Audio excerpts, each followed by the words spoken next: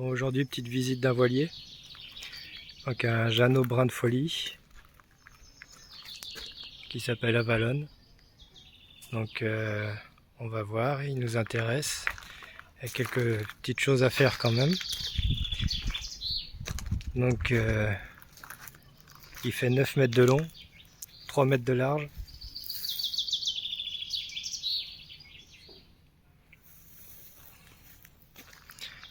« 1,45 m de tirant d'eau avec une quille à bulbe, génois sur enrouleur, des échelons de mât pour monter jusqu'en haut, radar,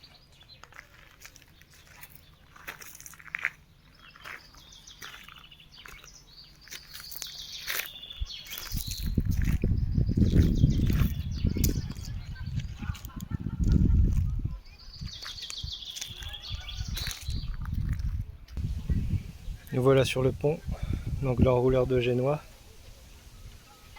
le bail à mouillage, le guindeau, le tampon pour le spi. Les drisses sont récentes. Une baume avec les ris automatiques, 3 ris automatiques, enfin pas automatiques, rapides pardon. Donc il y a vraiment de la place. Avec, il y a une annexe avec un petit moteur Yamaha 2 chevaux. Bon, ça j'en ai déjà un, c'est exactement le même que celui que j'ai déjà d'ailleurs.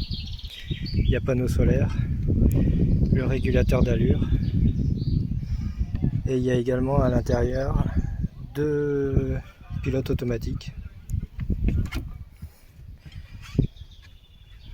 Winch, 2 winch, 3 winch, 4 winch,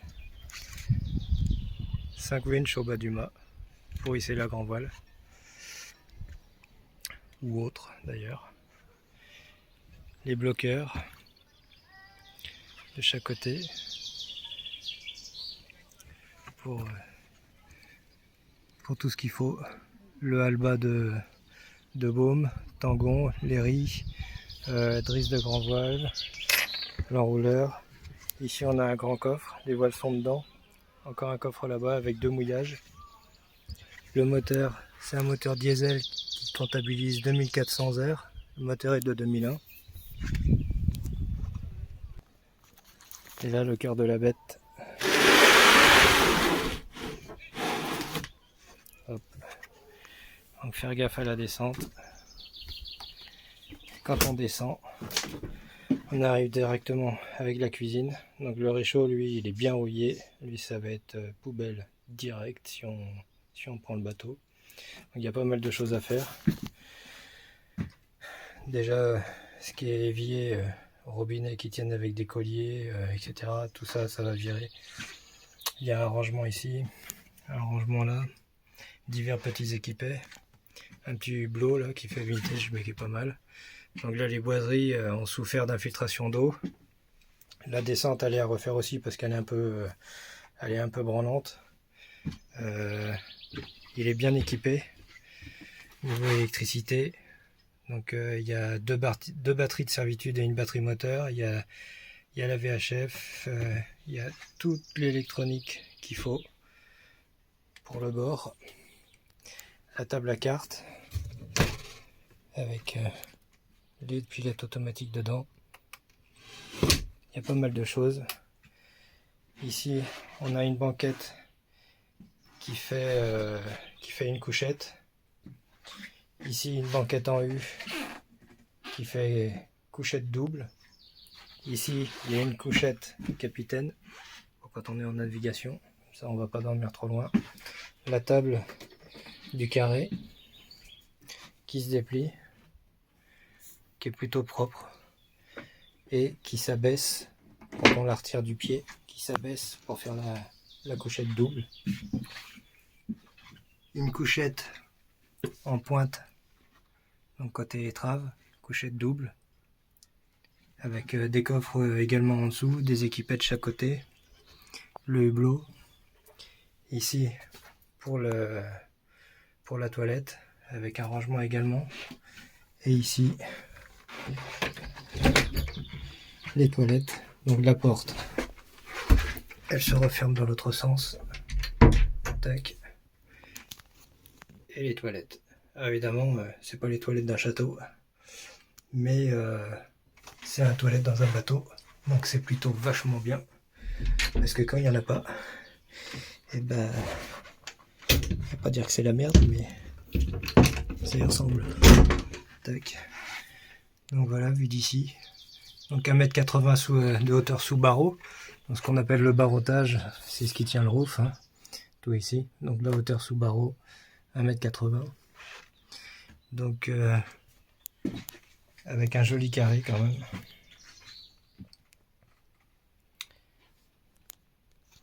Dans la cuisine, il y a aussi une glacière. Bon, qui n'est pas en super état. Il y a un trou dans le fond là qui me plaît pas trop. Ici c'est cassé, ça c'est réparable. Ça c'est réparable. Bon, ça aussi c'est réparable. Hein. Je peux réparer ça. Donc à voir, soit je le conserve, je le customise complet, et puis l'isoler comme il faut par l'extérieur en faisant un caisson. Puis après il faut rajouter un groupe froid, etc. pour transformer ça en frigo. Ou alors on y met un frigo quoi. Tout simplement, qui fonctionnerait sur le 220 et sur le 12 volts. La pompe à pied pour l'évier, avec des rangements là encore. Avec divers équipements. Alors bien sûr, dans le carré, sous chaque banquette, il y a des rangements. Et ensuite le moteur. Donc c'est un moteur diesel qui est de 2001, c'est un Ani, 14 chevaux.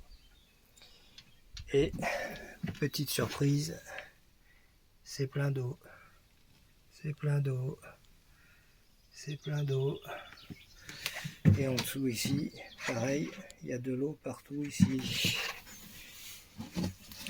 Alors le bateau est à sec, mais c'est plein d'eau. Et je crois que l'eau, elle vient pas du dessus. Alors je vais pas la goûter vu la étrange qu'elle a, pour savoir si elle est salée ou quoi, parce que de toute façon on est à côté de la Vilaine. Donc quoi qu'il arrive, elle serait pas salée. Mais je pense que c'est de l'eau qui vient d'en dessous et qui passe par l'étanchéité au niveau de l'arbre d'hélice. Donc ça c'est quelque chose à prévoir. Si on peut discuter le prix, hormis toutes les boiseries qui sont à refaire, l'étanchéité des hublots je pense à refaire, ainsi que là, qui est à refaire parce qu'il y a du scotch alu de l'autre côté. Là-bas, ça me plaît pas trop, c'est à refaire aussi. La peinture a été refaite là-bas avec une isolation de fait en polystyrène et compagnie. Et je pense que je vais, si on le prend le bateau, je vais tout refaire parce que tel que c'est là, ça me plaît pas. Donc si on arrive à discuter le prix, je pense qu'on va se lancer. Donc évidemment, ça va nous changer de notre Peter Pan qui fait 6,50 m et 2 m de large. Là, on arrive sur du 9 m de long et 3 m de large. Là, ça commence à être intéressant, quoi. Donc, la suite aux prochaines aventures. Mais je crois que ça m'a l'air bien parti parce qu'au niveau tarif, par rapport à ce qu'on trouve sur le marché, en super état, absolument rien à faire, prêt à naviguer, etc., sans défaut apparent ni rien. C'est un bateau comme ça, c'est quelques milliers d'euros de plus. Donc, étant donné qu'il est très bien équipé en électronique de navigation, l'intérieur, tout ça c'est faisable. Hein. Bon, j'ai assez travaillé dans les maisons. Alors l'intérieur d'un bateau, voilà, ça me pose pas trop de problèmes. Donc on va voir. Voilà pour la petite présentation de Avalon. La suite au prochain épisode. Salut à tous.